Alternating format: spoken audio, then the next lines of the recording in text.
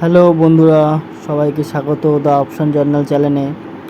তো আজকের আমাদের টপিকটা তোমরা ইমেজ দেখে বুঝতেই পেরেছো। তো সবার প্রথমে বলে দিই যে এই ভিডিওটাতে কোনটা ঠিক কোনটা ভুল বা কাউকে কোনো আঘাত করে এই ভিডিওটা হচ্ছে না। এই ভিডিওটা তুলে ধরা হচ্ছে শুধুমাত্র আমাদেরকে যে কোনো বিষয়ের একটা সাইডই আমাদেরকে দেখানো হয়েছে। মানে এই মুহূর্তে তুমি বলো আমি বলি, যারা ইউটিউবে স্ক্রল করে বা যে কোনো ইনস্টাগ্রামে যে কোনো জায়গায় বা টিভির অ্যাডভার্টাইজমেন্টে সব জায়গাতে আমাদের শুধুমাত্র এই ভিডিওর একটা জিনিসই একটা জায়গায় তুলে ধরা হয়েছে, মানে একটা সাইডে তুলে ধরা হয়েছে, বোথ সাইড তুলে ধরা হয়নি। তো যে কোনো বিষয়কে জানতে গেলে, বুঝতে গেলে, শিখতে গেলে সবার আগে আমাদের বোথ সাইডটা জানা দরকার। বোথ সাইডের কতটা গভীরতা, কতটা উচ্চতা, এটা আমাদের জানা দরকার। তো আজকের ভিডিওটা সেইটা নিয়েই। তো চলো শুরু করি আজকের ভিডিওটা। তো আজকের ভিডিওতে আমরা আলোচনা করছি মিউচুয়াল ফান্ডসটাকে পুরোপুরি খতিয়ে দেখা, যে মিউচুয়াল ফান্ড জিনিসটা কী। দেখো, মিউচুয়াল ফান্ডস তোমরা যে কোনো জায়গায়, মানে যারা মার্কেটে রয়েছো বা যারা মার্কেটে নেই, এমনিতেও তারা টিভিতে বা যে কোনো জায়গাতেই অ্যাড চলছে, খুব এখন একটা ভালো জিনিস। তো মিউচুয়াল ফান্ড কী, কীভাবে মিউচুয়াল ফান্ডে নিবেশ করতে হয়, তারপর কত টাকা আছে, মানে কত টাকা করে তোমার প্রতি মাসে তুমি করবে, এগুলো তো সবাই জানে। বা কত বছরের জন্য করবে, ওয়ান টাইম করবে কি প্রতি মাসে এসআইপি করবে, যাই করবে করবে, এগুলো সবাই জানে। তো এই বিষয়ে না আমরা আলোচনা করব না। তো আজকে আমরা আলোচনা করব হচ্ছে আমাদের যতটা আমরা জানি, মানে এই মুহূর্তে যে ভিডিওটা আজকে রেকর্ডিং করছি, তো আজকের ডেট হচ্ছে 13ই জুন, মানে শুক্রবার। তো আজকে দাঁড়াও এক সেকেন্ড, আমি দেখে তোমাদেরকে কনফার্ম করছি। এক সেকেন্ড একটু হোল্ড করো, আমাকে একটু দেখতে হবে ব্যাপারটা কি চলছে।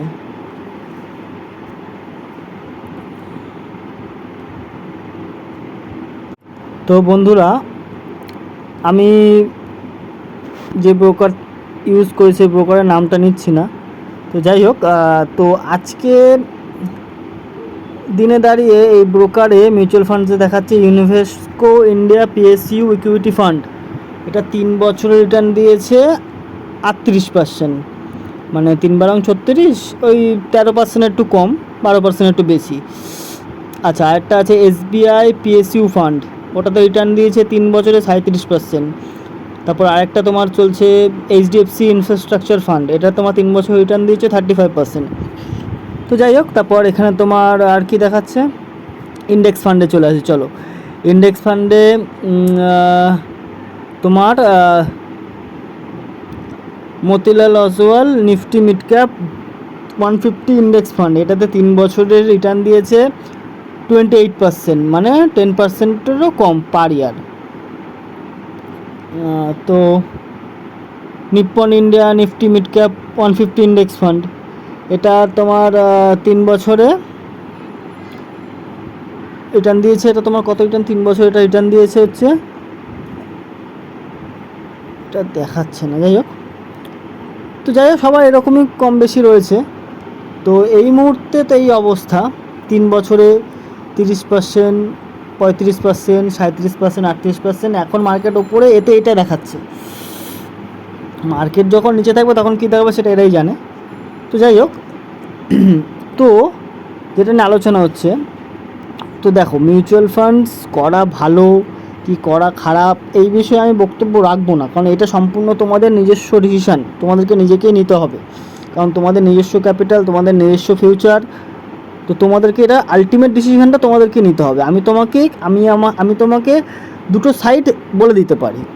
ইউটিউবে যে কোনো ইনফ্লুয়েন্সাররা বা যে কোনো টিভির অ্যাডভার্টাইজমেন্ট যে কোনো জায়গাতে শুধু সবাই একটা সাইডই বলা হয়, যে সেফ ইনভেস্টমেন্ট, তোমাকে অত মাথা লাগাতে হবে না, তুমি প্রতি মাসে এত করে করে দেবে সিস্টেমে, তো প্রতি মাসে করে তোমার টাকাটা ঢুকে যাবে, এত বছরের পর এত রিটার্ন দেবে, করোড়পতি হয়ে যাবে 10 বছর পর, 20 বছর পর 100 কোটি টাকার মালিক হবে, 200 কোটি টাকার মালিক হবে। তো যাই হোক, তো সেটা নিয়ে তো চলছে, চারিদিকে অ্যাডভার্টাইজমেন্ট চলছে। তো বক্তব্যটা হচ্ছে, যদি তুমি আজকে মার্কেটে নতুন আসো ইন দ্য সেন্স, ধরো তুমি মার্কেটে এসছো 2-3 মাস হয়েছে, তো সেই ক্ষেত্রে দাঁড়িয়ে মিউচুয়াল ফান্ডস তোমার জন্য সবার প্রথম প্রায়োরিটি হবে, সবার প্রথম। এবার যদি তুমি ধরো মার্কেটে 1-1.5 বছর কাটিয়ে নিয়েছো, তো সেই জায়গায় দাঁড়িয়ে আমি তোমাদেরকে একটা জিনিস সাজেস্ট করব, এটা আমার সম্পূর্ণ মতামত, এটাই যে আলটিমেট সেটা নয়। চারিদিকে দেখানো হয় মিউচুয়াল ফান্ড চাইয়ে, মানে তুমি যেরমভাবেই করো না কোনো, যখনই করো না কোনো, সারা জীবন তোমার কাছে মিউচুয়াল ফান্ড চাইয়ে, এটা তো পুরোপুরি আলটিমেট করে দিচ্ছে না। তো জিনিসটার বোথ সাইডটা দেখানো উচিত। 3 বছরে তোমাকে 37%, 38% মার্কেট ওপরে থাকা সমেত, মানে মার্কেট এখন ওপরে রয়েছে সেই অবস্থাতে রিটার্ন দেওয়া হয়েছে। তো বক্তব্যটা হচ্ছে যে আজকের দিনে দাঁড়িয়ে তুমি যদি 2 বছর 1.5 বছর মিনিমাম, মানে তুমি যদি একদম কি বলবো নর্মাল ইংলিশও পড়তে পারো বা জাস্ট তুমি নর্মাল ম্যাথামেটিক্সও জানো, সেই হিসাবেতে দাঁড়িয়েও তুমি যদি 2 বছর বা 1.5 বছর মার্কেটে কাটিয়ে নাও, সেইখান থেকে দাঁড়িয়ে আমি বলে করি মিউচুয়াল ফান্ডে ইনভেস্ট করার থেকে তুমি ডাইরেক্ট ইনভেস্ট করো। এবার তোমরা প্রশ্ন করবে কেন ডাইরেক্ট ইনভেস্ট করলে তো রিস্ক আছে? অবশ্যই রিস্ক আছে, অবশ্যই রিস্ক আছে। যে মার্কেটে এই শুধু আমাদের দেশ বলে না, যে কোনো স্টক মার্কেট মানে রিস্ক, আর রিওয়ার্ডও সেরকম আছে। তোমরা সবাই জানো কী লেভেলের রিওয়ার্ড। এই 3-4 বছর ধরে টানা বুল মার্কেট চলছে, সেই লকডাউনে পড়েছিল, তারপর থেকে যে ওঠা শুরু করলো, তারপর টানা চলেই চলেছে। তো সেটা রয়েছেই। এবার প্রশ্নটা হচ্ছে যে আমি ডাইরেক্ট ইনভেস্টের কথা কেন বলছি?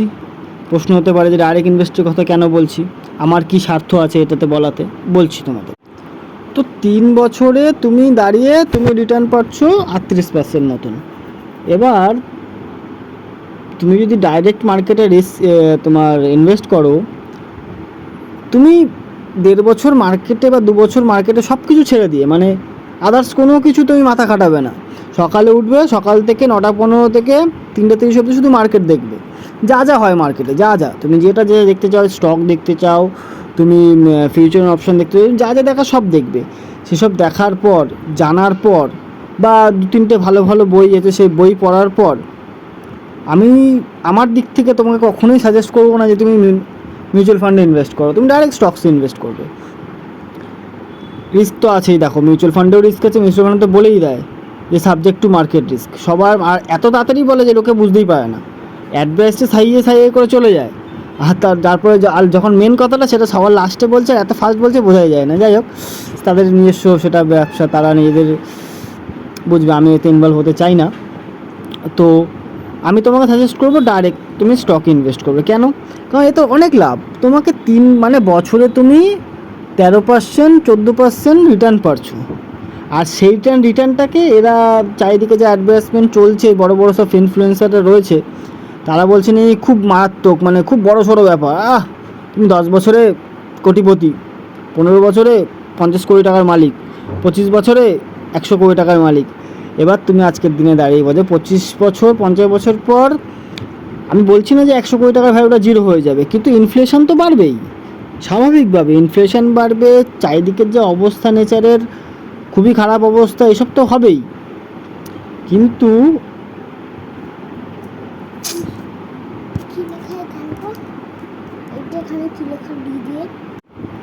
তো এবার মার্কেটে স্টকে তুমি যদি ডাইরেক্ট ইনভেস্ট করো, দেখো রিস্ক তো থাকবেই, কিন্তু 2 বছর 1.5 বছর মার্কেট দেখার পর, জানার পর, তুমি কি তোমার ক্যাপিটাল অনুযায়ী তুমি 5টে স্টক বাঁচতে পারবে না? আমাকে বুঝিয়ে দাও। মানে এটা কি করে সম্ভব যে তুমি 1.5-2 বছর মার্কেটে দেখার পর তুমি 4টে থেকে 5টা স্টক বাঁচতে পারবে না যে কোনো সেক্টরে? সেখান থেকে তুমি মিনিমাম বছরের, চলো ওরা যাচ্ছে 13%, তুমি 26% কামাতে পারবে না? এক একটা স্টক বিগত 5 বছরে কি রিটার্ন দিয়েছে আমার থেকে তোমরা দেখলে ভালো জানবে। তো এখানে তোমাকে আলাদা করে কিছু বলতে হবে না। কিন্তু আমার প্রশ্নটা হচ্ছে যে তুমি, বা চারিদিকে যে হাওয়াটা ছড়িয়ে রয়েছে সেফ ইনভেস্টমেন্ট, বা তোমাকে মাথা খাটাতে হবে না, কেন তুমি মাথা খাটাবে না? তোমার ফিউচার, তোমার পরিবার, তোমার ক্যাপিটাল, তোমার জীবন, তোমার স্বপ্ন, তুমি মাথা খাটাবে না তো অন্য কেউ কেন মাথা খাটাবে? আগে বুঝিয়ে দাও। তোমাকে অবশ্যই মাথা খাটাতে হবে, কারণ তোমার ভবিষ্যৎ তুমি কীরমভাবে তৈরি করতে চাও সেটা তোমার সম্পূর্ণ হাতে। মাথা খাটাতে হবে না, মানে তোমাকে আগের থেকেই বলে দেওয়া হচ্ছে বা তোমার ব্রেনে ঢুকিয়ে দেওয়া হচ্ছে তুমি লেজি হয়ে যাও। তুমি একটা প্রতি মাসে তোমার একটা ইনকাম থেকে তুমি 500 টাকা, 1000 টাকা, 2000 টাকা, 5000 টাকা করে ওখানে দাও। আর তুমি 5000 টাকা ওখানে দেওয়ার থেকে তুমি নিজে করো, তুমি নিজে ডাইরেক্ট ইনভেস্ট করো, সেখান থেকে তুমি 5% টাকা তুমি স্যাটিসফাই, কারণ তুমি জানো যে আজকে এই স্টক থেকে আমি 5% কামিয়েছি, 6 মাস পর অন্য স্টক থেকে আমি 30% কামাবো। তুমি যদি মিনিমাম একটা বছরে, আর বিশেষ করে আমাদের তো ইকোনমিক গ্রোথ হচ্ছেই, তো আগামী মিনিমাম 10-15 বছর, 20 বছরে তুমি আজ থেকে যদি, এটা কিন্তু আমি আগার কথার মাঝখানে একটা কথা বলে দিই, এইটা কিন্তু তাদের জন্য নয় যারা আজকেই মার্কেটে ঢুকেছে, আজকে ইন দ্য সেন্স 2 মাস 3 মাস হয়েছে মার্কেটে, তাদের জন্য নয়। এটা শুধুমাত্র তারাই করতে, মানে আমি তাদেরকে করতে করব, সাপোর্ট করব, যেটা বলছি মিনিমাম 1 থেকে 1.5 বছর তোমাকে মার্কেটে দিতে হবে, চোখ কান বন্ধ করে, মানে ইন দ্য সেন্স কে কী বলছে, কোথায় কী হচ্ছে এসব ছাড়ো, তুমি শুধু মার্কেট দেখো, নিউজ দেখো, মার্কেটে কী ঘটছে দেখো, স্টক চেনো, স্টকের মুভমেন্ট দেখো, স্টকের তুমি পি রেসিও দেখো, বুক ভ্যালু দেখো, মার্কেট ক্যাপ দেখো, পুরো ফান্ডামেন্টাল, মানে একদম জল ভাত করে ফেলো ফান্ডামেন্টাল। চার্ট দেখো, চার্ট চেনা শেখো, ক্যান্ডেলস্টিক দেখো, তারপর তো ইন্ডিকেটার রয়েছে, যাই হোক যাদের ইনস্ট্রুমেন্টটা সব ব্যবহার করো, শুধু দেখো। সেই মুহূর্তে তুমি মিউচুয়াল ফান্ড ইনভেস্ট করো, তোমার টাকাটা কেন পড়ে থাকবে, তুমি সেই সময় মিউচুয়াল ফান্ড ইনভেস্ট করো, কত দিচ্ছে 1 বছরে 14-15% দিচ্ছে, সেটাই বা কে দেয়, তুমি সেই সময় ইনভেস্ট করো। কিন্তু 1-1.5 বছর, 2 বছর, 2.5 বছর তুমি দেওয়ার পর তুমি কেন মিউচুয়াল ফান্ডে টাকা রাখবে, আবার সাবজেক্ট টু মার্কেট রিস্ক কেন রাখবে? তোমার কত এফডি নয় যে ফিক্সড ডিপোজিট, যে আমি দিয়ে দিলাম চলো এত বছর পর পাবো একটা রিটার্ন, আমি এটা ফিক্সড কিছু নেই তো, আপ ডাউন চলবে মার্কেটে, স্বাভাবিকভাবে আপ ডাউন চলবেই। তো সেই ক্ষেত্রে দাঁড়িয়ে আমি তোমাদের সাজেস্ট করব, যারা 1-1.5 বছর 2 বছর মার্কেটে রয়েছো, তারা ডাইরেক্ট স্টকে ইনভেস্ট করো,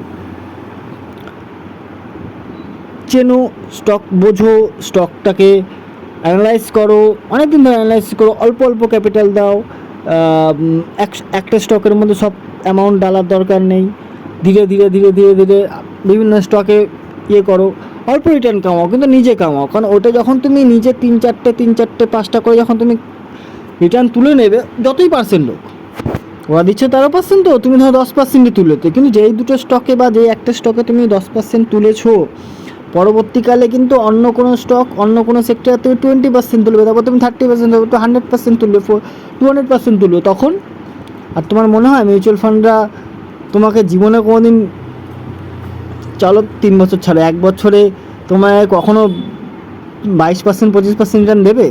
সম্ভবই নয়। কীভাবে দেবে, দেবেটা কীভাবে? তো এই হচ্ছে ব্যাপার। তো যাই হোক, তো এই নিয়ে আজকে ভিডিওটা ছিল। তো এবার প্রশ্নটা হচ্ছে যে, যাই হোক তোমরা নিজেদের ক্যাপিটাল সিকিউরভাবে বুদ্ধি দিয়ে ইনভেস্ট করবে। আমার মতামতটাও পছন্দ হলে শুনবে, না পছন্দ হলে শুনবে না। কাউট সাজেশনটাকেই কখনো অ্যাবসলিউট করে নিও না। প্রত্যেকটা বিষয়ের বোথ সাইড জানার চেষ্টা করো, তারপর নিজেদের ক্যাপিটালটাকে ইউজ করো। আর এই ভিডিওটিতে কিন্তু আমরা কোনো কাউকে ছোট করা বা কেউ মিথ্যে বলছে বা না, এরকম কিছু বলিনি। আমরা শুধুমাত্র যে একটা সাইড দেখানো হয়, মিউচুয়াল ফান্ড সাহি হে অবশ্যই সাহি হে, কিন্তু কাদের জন্য সাহি আর কাদের জন্য সাহি হে না, এটা তো বোঝাতে হবে।